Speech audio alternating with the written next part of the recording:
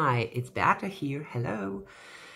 Today I would like to make this very short video about my card of the year. There were years when I was doing it or choosing or calculating actually my card of the year, but the last 2 years I think I didn't, or last year I didn't. This year I decided to do it, and of course you do it based on your numerological calculations, and you're taking a day, a month of your birth, and then you're adding it to the current year or to the new year. I know there are a few different methods. There was a few years ago I was testing through almost the whole year both of the methods with my full date of birth and then adding a new year, and only day and the month of birth and adding a new year. And I think the second method is actually better. Nevertheless, I did the math, I did the calculations, and this is my card of the year, the Death.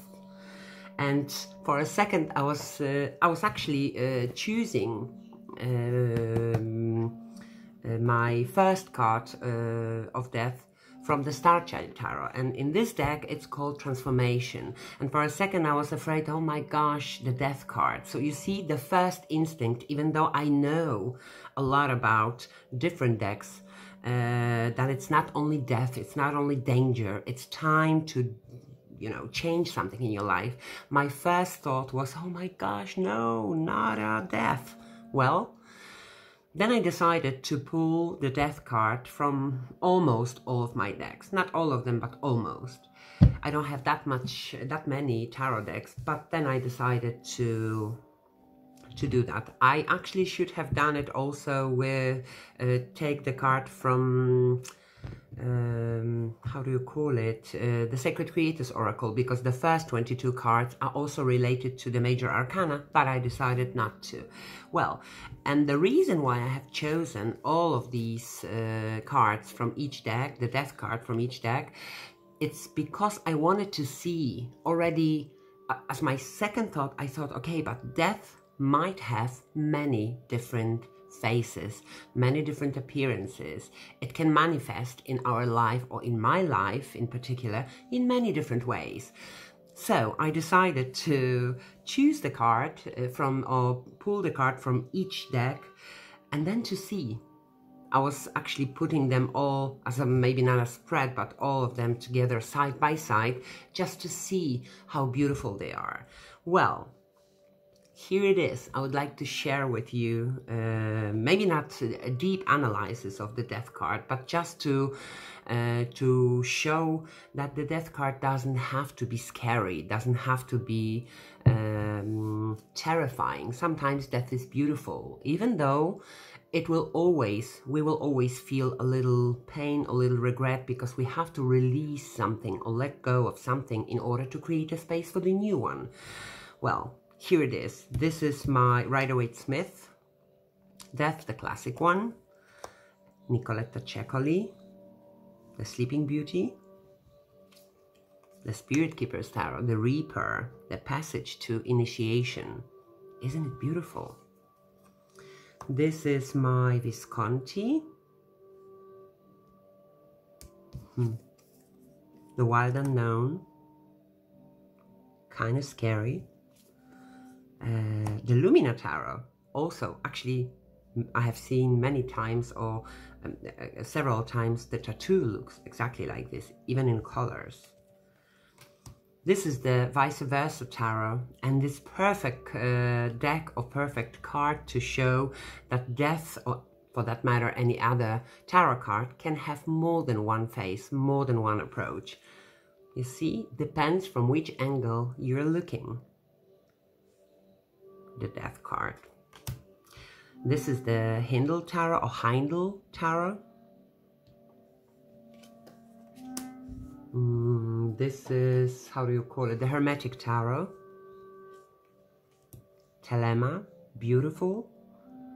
Also shown, of course you can see the Scorpio, it is a card of the Scorpio, but it's shown the white horse, the sky behind is actually a bit light. So it is a promise of when you release something, when you will grieve after something, you will be possible to reach again. Of course, I couldn't resist myself and I have to choose the Game of Thrones tarot. So this is Arya Stark as a death. Osho Tarot, change. It already makes me think, okay, this is not just something scary. And I have to admit that this year I'm mostly going to take this change or transformation internally. I really wanted to do this inner work a bit more. Of course, I am aware that at some point it's going to manifest in my out life or in my neighborhood, in people around me. But the first change or transformation I will do internally. So this is Osho Tarot. Shadowscapes, like a phoenix, isn't it? This is the Wildwood. Beautiful. I hope you can see that. It's beautiful. Death card from the Witch's Tarot. It's very much like Rider-Waite-Smith. It is a Rider-Waite-Smith clone, I could say. And of course, I couldn't leave outside Marielle. This death card is beautiful. It is a beautiful card. I know sometimes it can be painful, it can hurt us, but it can be also beautiful. This is the transformation. I think this is Spirit Songs Tarot, and the transformation is a, how do you read it, cicada? Something like this. The transition, liberation. Beautiful. Tabula Mundi. Beautiful card. Yeah, this is the Star Child. This is the card I have pulled as a first. Transformation. Just, that's why I'm taking it so much internally this year. At least I will try. This is the Medieval Scapini Tarot. Then it is the Tarot de Marseille. Of course, I have to use the Thoth Tarot just to show you. I had my original first version and it has been well loved and well used, so I have to trim it. But then I decided to buy a much bigger version, so it's beautiful. And last but not least, this is Margarete Peterson Tarot, Death. And I think it's amazing. It's a lot of depth in this card. Margarete Peterson has written for each of the major arcana a little poem. So I have a feeling that, not even a feeling, I think that's how I will approach it. I will read in all of the guidebooks from each deck just the chapter for death, to see how death can be approached, how the creators were approaching to death, how they have described it, or as Margarete Peterson, how she has put this poem in words. The idea was just not to show off all the decks that I have, all the cards that I have, but I think if it would be any other deck, any other card of the year, maybe I wouldn't be pulling it from all the decks and then just looking at them. But death is special. It's actually very, sometimes difficult. So I decided to pull it from each card and then create a little video about it. And I think it's very much worth it. Look how many faces, how many differences and how many different approaches we could have to the death card, or how differently the death card can manifest in our life. And that's how I hope, hoping to accept it or to take it into my life. First, again, I know I'm repeating myself, again, I will take it internally. I'll try to do the work internal. My word of the year is also more with compassion and kindness, but also with transformation. So I think I can very much connect these two. Quite often I'm getting angry or anxious very easy. So I think there are few things in my life that I have to transform, that I have to release, that I have to make amends or say goodbye to.